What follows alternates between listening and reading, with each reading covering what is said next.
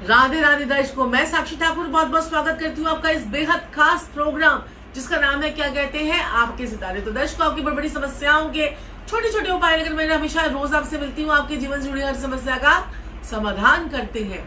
तो मेरे प्यारे दर्शकों, आज मैं आपको बताने जा रही हूँ गाय से जुड़ी हुई बहुत अच्छी जानकारी और कैसे आपको अपने भाग्य को जगाना है। आपने कैसे अपने भाग्य रेखा को जगाने का एक उपाय बताऊंगी आपको। अगर आपने वो उपाय कर लिया तो आपकी सोई हुई भाग्य रेखा जाग जाएगी। आपको पता ही है ना, भाग्य रेखा कहाँ पर होती है हमारे हाथ में।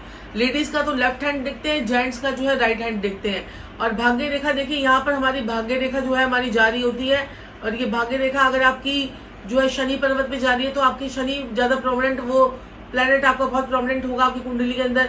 अगर आपकी भाग्य रेखा जो है ये सूर्य पर्वत में जा रही है तो सरकारी नौकरी के चांसेस बन जाते हैं। अगर भाग्य रेखा आपकी जो है यहाँ पर आपकी बुध पर्वत में जाती है, बुध पर्वत ये बुध पर्वत होता है, अगर बुध पर्वत में जाती है तो आप जो है बहुत अच्छे बिजनेसमैन बन सकते हैं।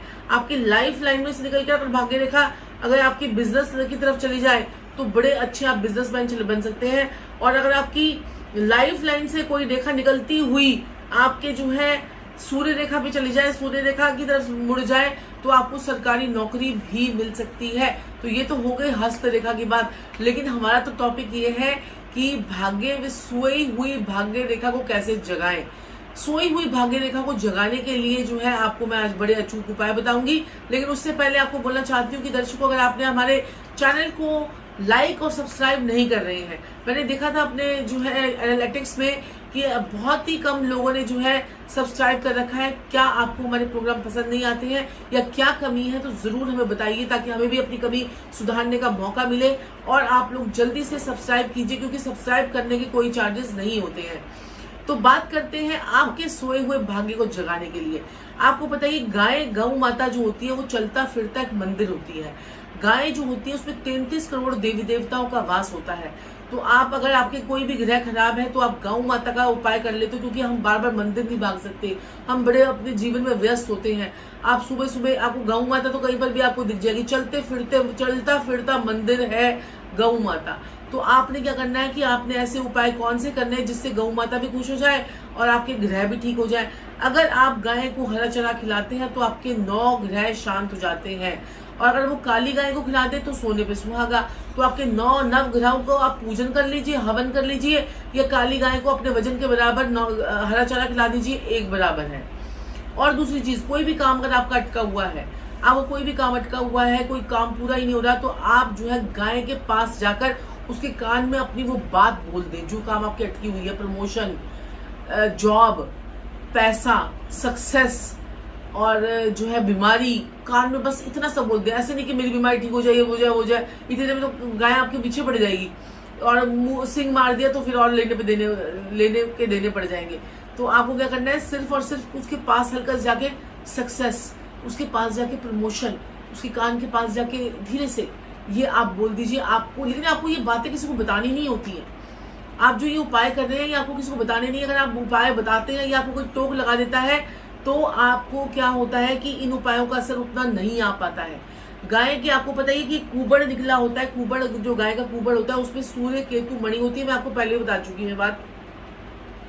सूर्य केतु मणि होती है और उसकी जो और सूर्य केतु नाड़ी होती है, नाड़ी सूर्य केतु नाड़ी होती है, जिसको पूजा करने से, जिसके ऊपर हाथ लगाने से आपकी समस्त बीमारियां, उस कुबड़ पे हाथ लगाने से आपकी समस्त बीमारियां, आपकी परेशानियां खत्म होती हैं, आपके जीवन में जोश आता है, आपको एनर्जी मिलती है। और गाय तो कहते हैं कि चलता फिरता शुक्र है। अगर आपका शुक्र कहीं पर भी खराब है तो गाय की सेवा करने शुरू कर दीजिए, शुक्र आपका स्वतः ही ठीक हो जाएगा। जिस जगह पर गाय बैठती है उस वहां पर वास्तु दोष को खत्म कर देती है।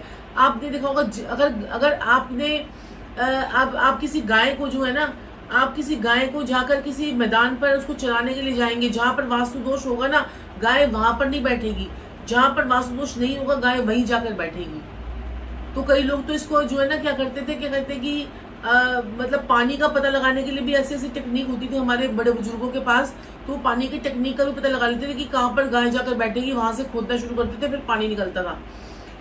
गौ माता की जो एक आंख होती है, उसकी एक आंख में सूर्य और एक आंख में चंद्रमा होता है, और उसके पैरों में, उसके खुर में उसे खुर में नाग देवता का वास होता है, नाग देवता का वास होता है उसे खुर में। अब हमने क्या करना है कि सोई हुई किस्मत को कैसे जगाना है, आपने थोड़ा सा गुड़ लेना है, अपनी दोनों हथेलियों पर रखना है। गुड़ को अपनी थोड़ी दोनों हथेलियों पर रखें और क्या कहते हैं कि यहाँ पर अपने गुड़ को रखें और गाय को इस प्रकार से चाटने के लिए दे दें। जितनी बार उसकी जीभ आपके हाथ पर लगेगी और टच होगा आपका हाथ, आपकी भाग्य रेखा चमकने लग जाएगी। नहीं ये विश्वास तो करके देखें, नहीं हो रहा है विश्वास तो करके देखें। भाग्य रेखा ना चमक गई तो बताना। तो दर्शकों, ऐसे बड़े सारे उपाय लेकर मैं हमें आपके साथ में आती रहती हूँ और आपको मोटिवेट करती हूँ, आपको जो है जीवन में चाहती हूँ कि कुछ करें आप। लेकिन अगर आप मेरी वीडियोस को देखते रहेंगे, कुछ करेंगे नहीं, बस सोचते रहेंगे गाय मिलेगी गाय मिलेगी गाय मिलेगी, घर पर बैठने से कुछ नहीं होता है।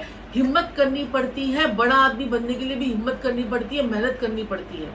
तो अगर आप जीवन में चाहते हैं कुछ बनना, कुछ करना, तो ये उपाय जरूर कीजिए। सोई भी भाग्य रेखा तो जगानी है, साथ में कर्म भी करने हैं।